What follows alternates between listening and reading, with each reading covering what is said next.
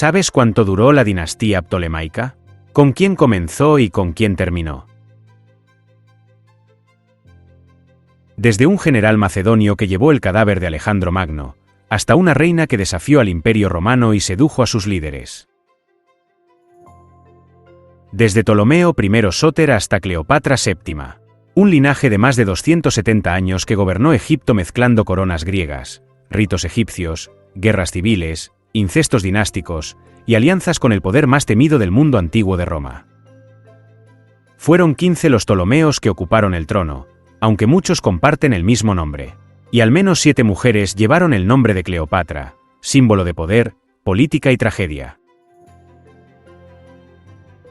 Pero no todo fue sangre ni conspiraciones bajo su mandato. Egipto vivió uno de los mayores esplendores intelectuales de su historia. Alejandría se convirtió en la capital del conocimiento, la biblioteca en un sueño imperial, y el Museion en el germen de la ciencia antigua. Hoy te contaré la historia completa de los Ptolomeos, desde el legado de Alejandro, hasta la caída definitiva de los faraones. Prepárate para sumergirte en el poder, la traición, la sabiduría y el final de una era.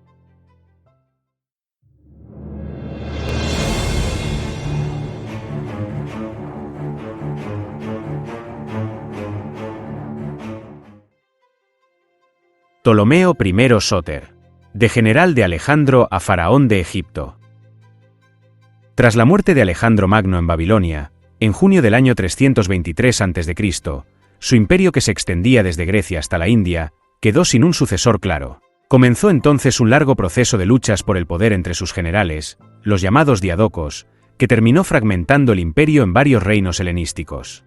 Uno de estos generales era Ptolomeo, hijo de Lagos, de origen macedonio y posiblemente de linaje aristocrático. Había sido compañero cercano de Alejandro y participó activamente en sus campañas. Según Arriano, Anábasis de Alejandro, VII, 4, Ptolomeo fue uno de los hombres más confiables de Alejandro, y desempeñó un papel central en la custodia de su cuerpo tras su muerte.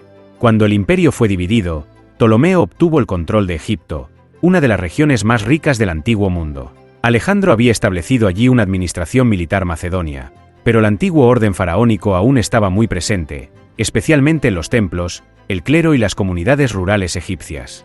Antes de la llegada de Alejandro y de Ptolomeo, el último faraón nativo de Egipto había sido Nectanebo II, reinado 360-343 a.C., de la dinastía 30. Fue derrotado por los persas bajo Artajerjes III, lo que dio paso a una segunda dominación aqueménida hasta la conquista de Alejandro en 332 a.C. Por tanto, cuando Ptolomeo tomó el poder, Egipto no había olvidado ni a sus antiguos faraones ni el trauma de la dominación extranjera. En este contexto, Ptolomeo comprendió que no bastaba con dominar militarmente el país, sino que debía legitimarse ante la población egipcia y especialmente ante los sacerdotes, verdaderos custodios de la memoria faraónica. Según Diodoro Sículo, Biblioteca Histórica, 18, 14, Ptolomeo fue uno de los diadocos más astutos. No solo buscó el poder, sino también el favor del pueblo, ganándoselo mediante clemencia, justicia y respeto a las tradiciones. En el año 305 a.C., tras años de conflictos con los demás diadocos, Ptolomeo se proclamó rey con el título de Ptolomeo I Sóter, es decir, el Salvador. El título fue interpretado como gesto político de protección hacia Egipto, en contraste con los desórdenes provocados por sus rivales. El papiro Louvre 7848, documento administrativo bilingüe, lo menciona como el gran rey Ptolomeo, salvador del pueblo egipcio, lo cual demuestra que su imagen como benefactor fue cuidadosamente construida tanto en griego como en egipcio.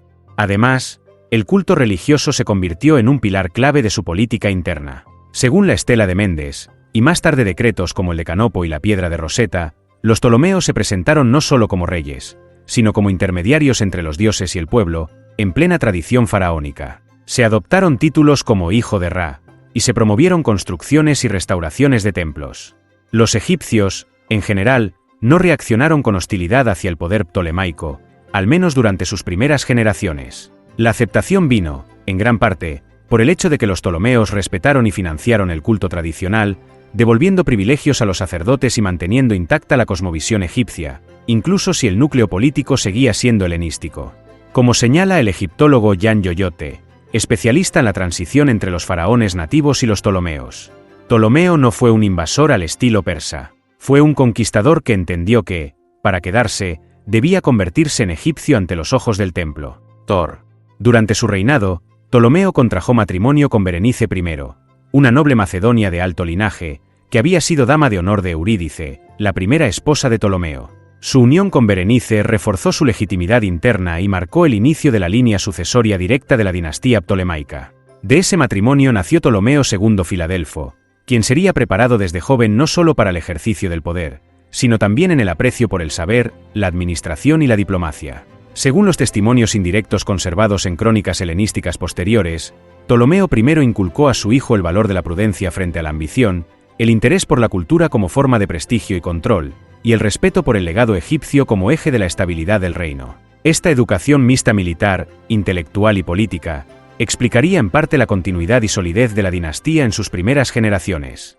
En sus últimos años, Ptolomeo I Sóter organizó una sucesión planificada, nombrando como corregente a su hijo Ptolomeo II Filadelfo, lo cual garantizó una transición estable en una época donde el asesinato, el exilio o la guerra eran vías comunes de herencia política. Fue una medida inusual, pero efectiva. El linaje ptolemaico quedaba sólidamente asentado.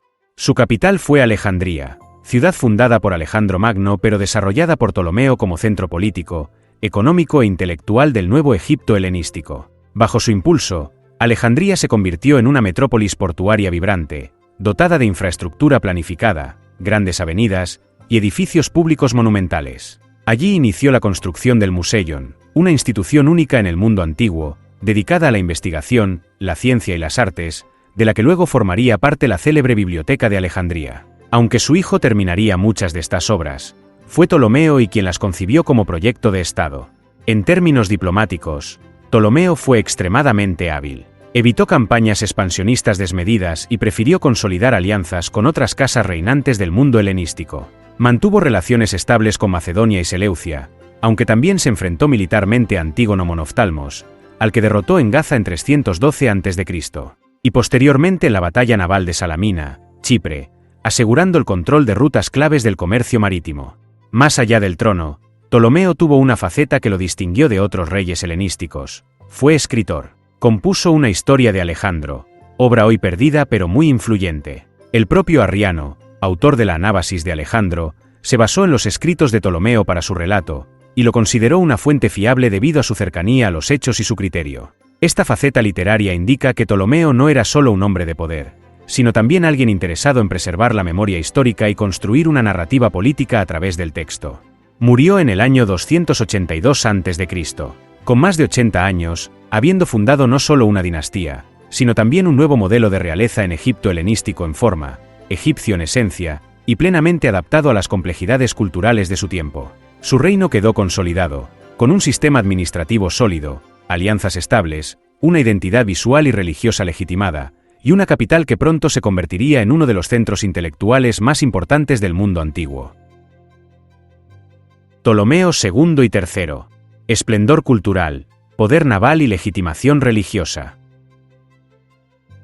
Con la llegada de Ptolomeo II Filadelfo al trono, en el año 283 a.C., el reino ptolemaico entró en su fase de máximo esplendor. Educado en la corte alejandrina, políglota y hábil en diplomacia, Filadelfo no era un militar como su padre, sino un gobernante culto, que comprendía el valor de la ciencia, el comercio y la imagen simbólica del poder. Bajo su reinado, Alejandría se consolidó como la capital intelectual del Mediterráneo. Allí amplió el Museion, un centro de estudio estatal que combinaba funciones de universidad, academia de investigación y residencia de sabios. Pero la joya más recordada fue la Biblioteca de Alejandría, cuya ambición rayaba en lo mitológico. Se decía que pretendía reunir todos los libros del mundo. Según la tradición transmitida por Aristeas de Alejandría, fue Filadelfo quien ordenó traducir al griego la Torá hebrea, naciendo así la famosa Septuaginta. Aunque la historia contiene elementos legendarios, refleja una realidad clara. La monarquía financiaba la integración del conocimiento como forma de prestigio político. No menos sorprendente es el uso que Ptolomeo II hizo de la imagen pública y el protocolo religioso. En la iconografía egipcia, aparece con corona doble, tocado de halcón y como hijo de Ra, pero en los festivales helenísticos organizaba procesiones de lujo descomunal. Una de ellas, descrita por Calixeno de Rodas, incluyó un carro tirado por 180 hombres y estatuas móviles de dioses dorados que medían más de 6 metros. La política visual del reino era un espectáculo de poder en movimiento. En lo económico, su administración fue centralizada y detallista. El célebre archivo Zenón, descubierto en el Fayum, contiene más de 2000 papiros con detalles de la vida administrativa, desde exportaciones de aceite de ricino hasta quejas por el estado de los caminos. Uno de los papiros registra la compra de un elefante para uso militar, enviado desde Nubia, lo que indica una red comercial que cruzaba el desierto hasta África Negra. Para Roger S. Bagnall, este archivo representa una de las instantáneas más completas del aparato estatal antiguo jamás conservadas. Filadelfo también supo moverse con astucia en la política internacional. Organizó matrimonios diplomáticos, como el de su hija Berenice con Antíoco II de Siria, y mantuvo la supremacía naval ptolemaica en el mar Egeo. La flota egipcia dominó puntos clave como Rodas, Kos y Samos, garantizando el control de rutas comerciales hacia Asia Menor. Más allá de su faceta como gobernante ilustrado, Ptolomeo II también marcó un giro en la política dinástica ptolemaica al casarse con su hermana, Arsinoe II. Este matrimonio, inspirado en la tradición faraónica egipcia, escandalizó al mundo griego, pero sirvió para reforzar su legitimidad religiosa y simbólica como monarca divino. Ambos fueron titulados Filadelfos, los que se aman como hermanos, y su unión fue promovida por el aparato propagandístico del reino. Antes de Arsinoe II, Ptolomeo había estado casado con Arsinoe I, hija del rey Lisímaco de Tracia, madre de su heredero, el futuro Ptolomeo III. Sin embargo, fue exiliada, probablemente por rivalidades internas. La corte alejandrina, aunque helenística en forma, mantenía elementos orientales en su ceremonial. Es muy probable que existieran concubinas, doncellas reales y espacios reservados para el séquito femenino, siguiendo modelos tanto griegos como egipcios. Todos ellos residían en el Basileion, el gran complejo palaciego de Alejandría, situado junto al puerto y el Museion. Según describe Estrabón, no se trataba de un solo edificio, sino de un conjunto de salas, jardines, templos y galerías interconectadas, símbolo visible del poder y la sofisticación de la dinastía. A su muerte, en 246 a.C., lo sucedió su hijo Ptolomeo III Evergetes, cuya llegada al poder fue rápida y enérgica. En contraste con su padre, Evergetes fue un rey de acción. En su primer año de reinado lanzó una campaña militar que llegó hasta Babilonia, durante la llamada Tercera Guerra Siria. Según la estela de Adulis, inscripta en griego y encontrada en Eritrea, el rey afirma haber llevado sus armas hasta el Tigris y el Eufrates, un gesto de propaganda que imitaba los antiguos triunfos persas. Pero no todo fue guerra. Su título, Evergetes, el benefactor, se lo ganó también por sus políticas internas. Abolió impuestos temporales durante malas cosechas, ordenó sacrificios en todos los templos de Egipto y entregó oro al clero. El decreto de Canopo, 238 a.C., redactado por los sacerdotes egipcios, agradece estas acciones y refuerza su divinización en vida, práctica que se haría habitual en la dinastía. Un dato poco conocido pero muy revelador: durante el reinado de Ptolomeo III, la corte egipcia intentó introducir una reforma del calendario. En el decreto de Canopo, emitido por sacerdotes en su honor, aparece por primera vez la propuesta de añadir un día extra cada 4 años, lo que hoy conocemos como un año bisiesto, para corregir el desajuste entre el calendario lunar, más corto, y el ciclo solar real. Aunque esta reforma no se aplicó de forma consistente en la práctica, es un indicio claro del nivel de precisión astronómica que manejaban los sabios egipcios, y muestra que existía un diálogo técnico entre el clero y la administración real. Para su época, era una propuesta extremadamente avanzada. Ptolomeo III también profundizó el programa de construcción monumental. Se iniciaron o restauraron templos en Edfú, Esna, Komombo y Fail, donde los relieves lo muestran junto a Isis y Horus, reproduciendo gestos faraónicos con exactitud formal. No se trataba solo de poder político, sino de continuidad simbólica con los dioses. Con la muerte de Ptolomeo III en 222 a.C., Egipto estaba en la cúspide de su influencia exterior y su riqueza interna. Pero ese mismo equilibrio empezaría a mostrar signos de fatiga. El apogeo había llegado. Y también, discretamente, las primeras tensiones que llevarían al lento declive de la dinastía. Ptolomeo IV. El inicio del declive. Con la muerte de Ptolomeo III Evergetes en el año 222 a.C., su hijo Ptolomeo IV Filopátor ascendió al trono de Egipto. Heredó un reino amplio, próspero y con fuerte presencia internacional, fruto de décadas de expansión y reformas institucionales. Sin embargo, en lugar de continuar con el modelo de gobierno activo y estratégico de su padre, Ptolomeo IV adoptó un estilo mucho más alejado del ejercicio directo del poder. Según Polibio, Historias, Libro 15. Fue un monarca débil, más inclinado al placer, las celebraciones y el aislamiento cortesano que a la política o el mando militar. Esta imagen, que hay que leer también dentro de la crítica griega hacia los monarcas que adoptaban costumbres orientales, no excluye los hechos. Bajo su reinado comenzaron a manifestarse las grietas que marcarían la decadencia de la dinastía ptolemaica. En la corte alejandrina, se consolidó una estructura cerrada y controlada por cortesanos ambiciosos como Agatocles, un ministro que ejerció gran influencia sobre el joven rey. La figura de Ptolomeo IV fue cuidadosamente controlada desde palacio, y se cree que su ascenso estuvo rodeado de conspiraciones internas, incluyendo según algunas fuentes el posible asesinato de su madre Berenice II para asegurar el control total de la regencia. En el plano militar, su reinado quedó marcado por un episodio clave, la batalla de Rafia, librada en el año 217 a.C., contra Antíoco III el Grande de Siria. Fue una victoria ptolemaica, pero no sin consecuencias. Por primera vez, el ejército egipcio incorporó de forma masiva a soldados nativos egipcios, como lo confirma la inscripción trilingüe de Rafia hallada en el templo de Karnak. Este gesto, aunque necesario para enfrentar la amenaza seleucida, rompió el equilibrio social mantenido hasta entonces, ya que otorgó a la población egipcia un poder militar sin precedentes, lo que abriría la puerta a futuras rebeliones. En los años siguientes, comenzaron a surgir revueltas en el Alto Egipto, especialmente entre 205 y 185 a.C., con jefes locales que se proclamaron reyes y establecieron estructuras paralelas de gobierno en ciudades como Tebas y Panópolis. Este fenómeno está documentado en los papiros de Teptunis, así como en decretos de los templos de Edfú, donde se menciona a insurgentes armados que ya no reconocían la autoridad alejandrina. En lo personal, Ptolomeo IV se casó con su hermana, Arsínoe III, manteniendo así la tradición dinástica iniciada por su abuelo. Ambos fueron educados en la corte real y probablemente tratados como representantes divinos desde la infancia, lo que reforzaba su posición simbólica como encarnación viviente del orden faraónico. Sin embargo, Arsínoe III tenía un carácter mucho más fuerte y participativo que el rey. Fuentes posteriores sugieren que estuvo presente en la batalla de Rafia, animando a las tropas desde el frente.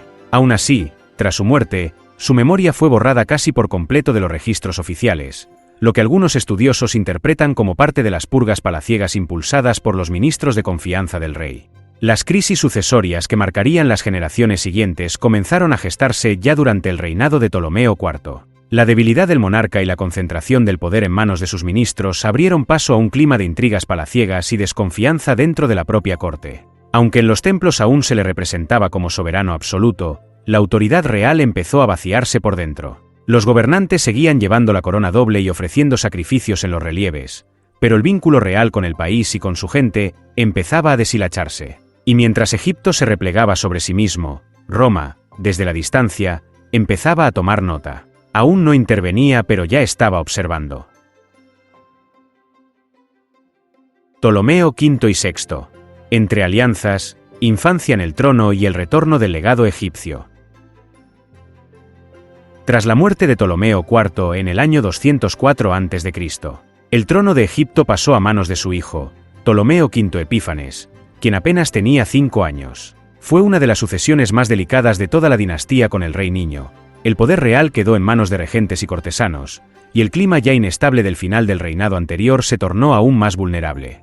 Durante esos primeros años, el reino fue gobernado por ministros como Agatocles y Sosibio, figuras que ejercían el poder en nombre del joven rey, en medio de traiciones, asesinatos y desconfianza. Mientras tanto, Egipto enfrentaba presiones exteriores, particularmente de parte del imperio seleucida al este y de Macedonia al norte. Fue en ese contexto que se produjo un giro diplomático que marcaría la historia de la Casa Real, el matrimonio de Ptolomeo V con Cleopatra I Sira.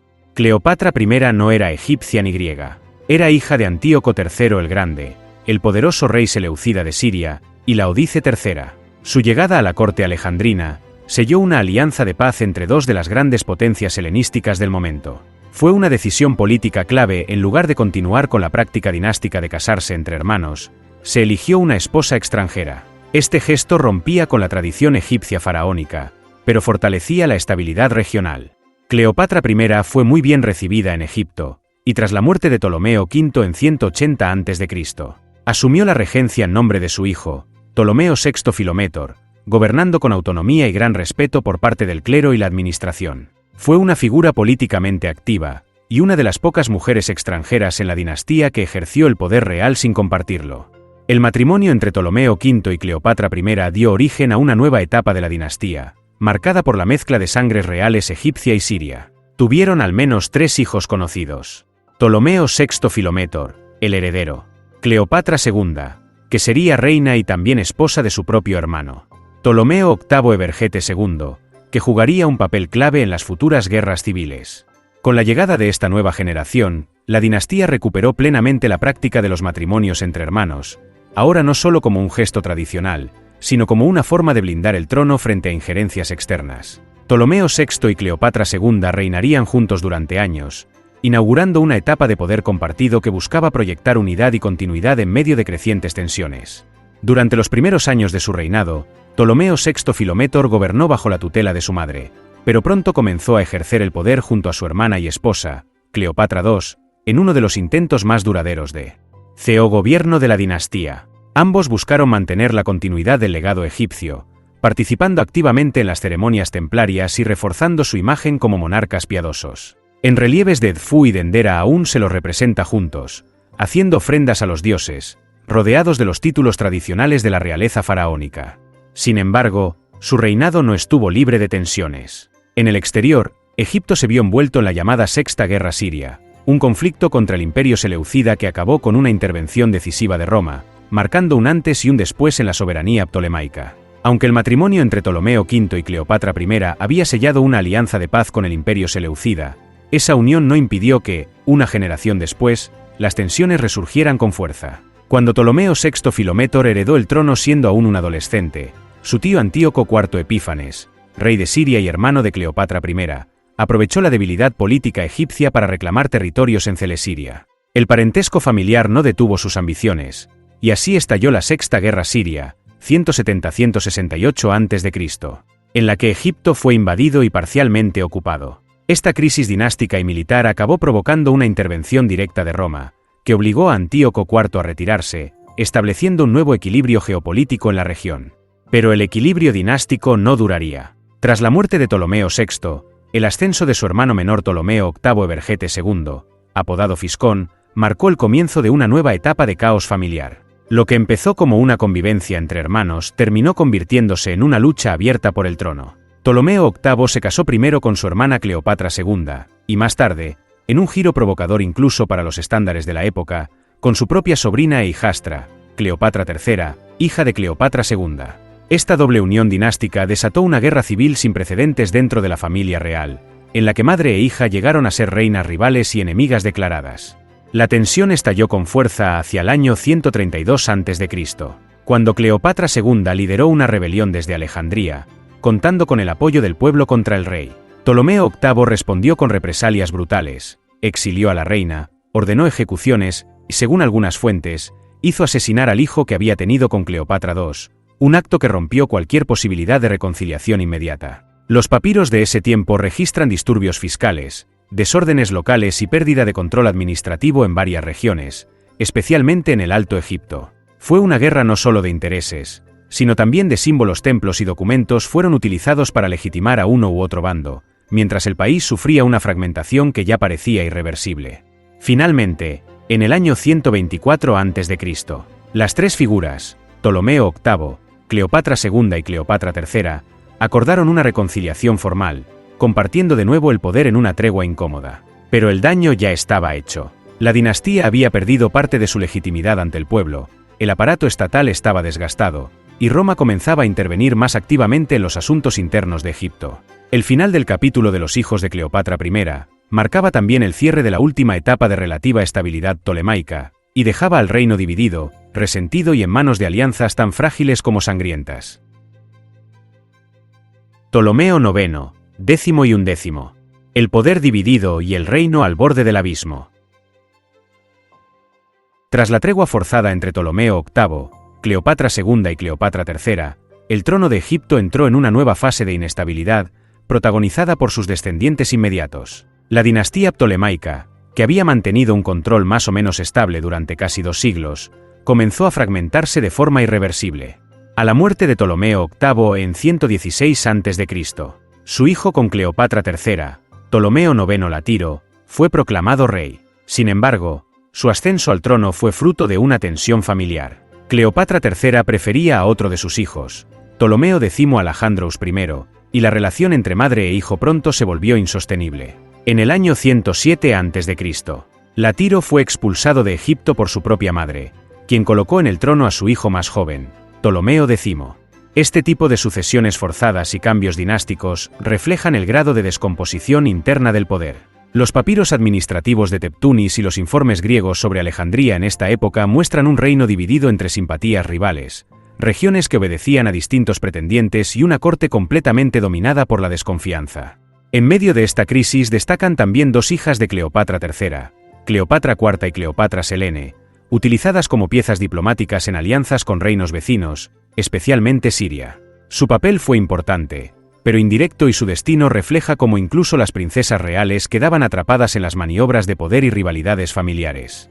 Ptolomeo X Alejandrous no fue un gobernante fuerte. Aunque logró mantenerse en el poder durante una década, finalmente fue expulsado en 88 a.C., y Latiro regresó al trono. La muerte de Cleopatra III, asesinada, según algunas fuentes, por orden de su propio hijo, marcó un punto de no retorno en la desintegración de la unidad familiar. Ptolomeo IX Latiro gobernó Egipto durante sus últimos años con una autoridad debilitada. La documentación de templos como Edfú y Komombo muestra que, si bien se mantuvieron los ritos religiosos y el lenguaje faraónico tradicional, la administración estatal estaba cada vez más descentralizada. Las regiones del Alto Egipto, en particular, mostraban signos de autonomía creciente. Tras su muerte en 81 a.C., el trono fue ocupado brevemente por Ptolomeo X Alejandro II, hijo de Ptolomeo X Alejandrous I y nieto de Cleopatra III. Para consolidar su reinado, el nuevo rey fue obligado a casarse con su prima y madrastra, Cleopatra Berenice III, hija de Latiro. Sin embargo, apenas unos días después de su proclamación, Ptolomeo X mandó asesinar a Berenice, acto que provocó una revuelta inmediata en Alejandría. El pueblo, profundamente indignado por el asesinato de una reina querida y considerada legítima, linchó al joven rey. Este trágico episodio, documentado por Plutarco y confirmado en los registros alejandrinos, fue una señal clara de que la dinastía había perdido su conexión con la población. Además, marcó un punto sin retorno. La sucesión dinástica ya no podía resolverse internamente. La figura del rey se había vuelto vulnerable, y la intervención extranjera se hacía cada vez más necesaria para sostener la aparente continuidad de la monarquía. Desde este momento, Roma dejaría de ser un simple observador para convertirse en el verdadero árbitro del destino egipcio. El ascenso de Ptolomeo XII Auletes, padre de Cleopatra VII, no puede entenderse sin este precedente: un trono tambaleante, un pueblo dividido y una corona que solo podía sostenerse con el respaldo de una potencia extranjera. Ptolomeo XII y Cleopatra VII. El ocaso de una dinastía. Con la muerte violenta de Ptolomeo X y la crisis política que dejó tras de sí, el trono de Egipto quedó en manos de una figura débil pero astuta, Ptolomeo XII Neos Dionisos, más conocido como Auletes, el flautista. Hijo ilegítimo de Ptolomeo IX Latiro, llegó al poder en 80 a.C., con el beneplácito de Roma, que desde hacía décadas ya intervenía de forma velada en los asuntos internos del reino. Su ascenso marcó el comienzo del fin. Egipto ya no era una potencia autónoma, sino una pieza más en el tablero mediterráneo. Auletes buscó legitimidad a través del arte, la religión y, sobre todo, las alianzas políticas. Para mantenerse en el trono pagó enormes sobornos al Senado romano, lo que vació las arcas del reino y generó descontento. A nivel interno, su gobierno fue frágil y marcado por la inestabilidad. En el año 58 a.C., fue expulsado por una revuelta popular apoyada por la hija mayor de su primera esposa, la reina Berenice IV, quien asumió el trono. Sin embargo, Auletes logró recuperar el poder 3 años después gracias al respaldo del general romano Aulo Gabinio y de un joven y ambicioso comandante, Marco Antonio. Tras su retorno, ordenó la ejecución de Berenice IV, consolidando su control, pero sellando su imagen como rey títere de Roma. Murió en el año 51 a.C., dejando el trono a su hija más célebre, Cleopatra VII. Cleopatra nació hacia el 69 a.C., y fue una figura extraordinaria incluso dentro de una dinastía marcada por mujeres poderosas. Fue la primera de su linaje en aprender egipcio, y destacó desde joven por su inteligencia política, carisma y dominio de lenguas extranjeras. Asumió el trono junto a su hermano menor, Ptolomeo XIII, con quien se casó por obligación dinástica. Pero el poder real fue suyo desde el principio. El conflicto con su hermano y los regentes que lo rodeaban llevó a una guerra civil interna. En medio de este conflicto, en el año 48 a.C., llegó a Egipto Julio César, y el destino de Cleopatra cambió para siempre. Tras el célebre episodio en el que se presenta ante César envuelta en una alfombra, comenzó una alianza política y personal que le devolvió el trono y la convirtió en figura central de la política romana oriental. La muerte de César en el 44 a.C. la dejó expuesta, pero no indefensa. Unos años más tarde, selló una nueva alianza con Marco Antonio, con quien tuvo 3 hijos. Juntos intentaron construir una alternativa al poder central de Roma, estableciendo una corte rica y poderosa en Alejandría. Sin embargo, esta alianza fue vista como una amenaza por Octavio, heredero de César y futuro emperador Augusto. La batalla de Accio en el 31 a.C., donde las fuerzas de Cleopatra y Marco Antonio fueron derrotadas, selló el destino de la dinastía. Un año después, ambos se suicidaron en Alejandría. Según Plutarco, Cleopatra se quitó la vida con la mordida de una áspid, aunque la versión exacta sigue siendo motivo de debate. Con su muerte en el año 30 a.C., terminó la dinastía ptolemaica. Egipto fue convertido en provincia romana, gobernada directamente por un prefecto designado por el emperador. El templo de Philae, el último en el que se representa a una reina como faraona, cerró poco después. Cleopatra VII no fue solo la última reina de Egipto, sino el símbolo de un mundo que desaparecía. Su legado ha trascendido la historia. A través de fuentes como Dion Casio, Plutarco y hallazgos arqueológicos recientes en Alejandría, su figura sigue siendo objeto de estudio, debate y fascinación. Fue política, estratega, diplomática y símbolo de resistencia frente a un mundo en transformación. Y con ella, se cerró uno de los capítulos más complejos y duraderos de la historia antigua, la dinastía de los Ptolomeos. Así terminó la historia de los Ptolomeos, una dinastía nacida del legado de Alejandro, que intentó ser egipcia, helenística y romana a la vez y terminó siendo el espejo de un mundo que no supo sobrevivir al peso de su propia grandeza.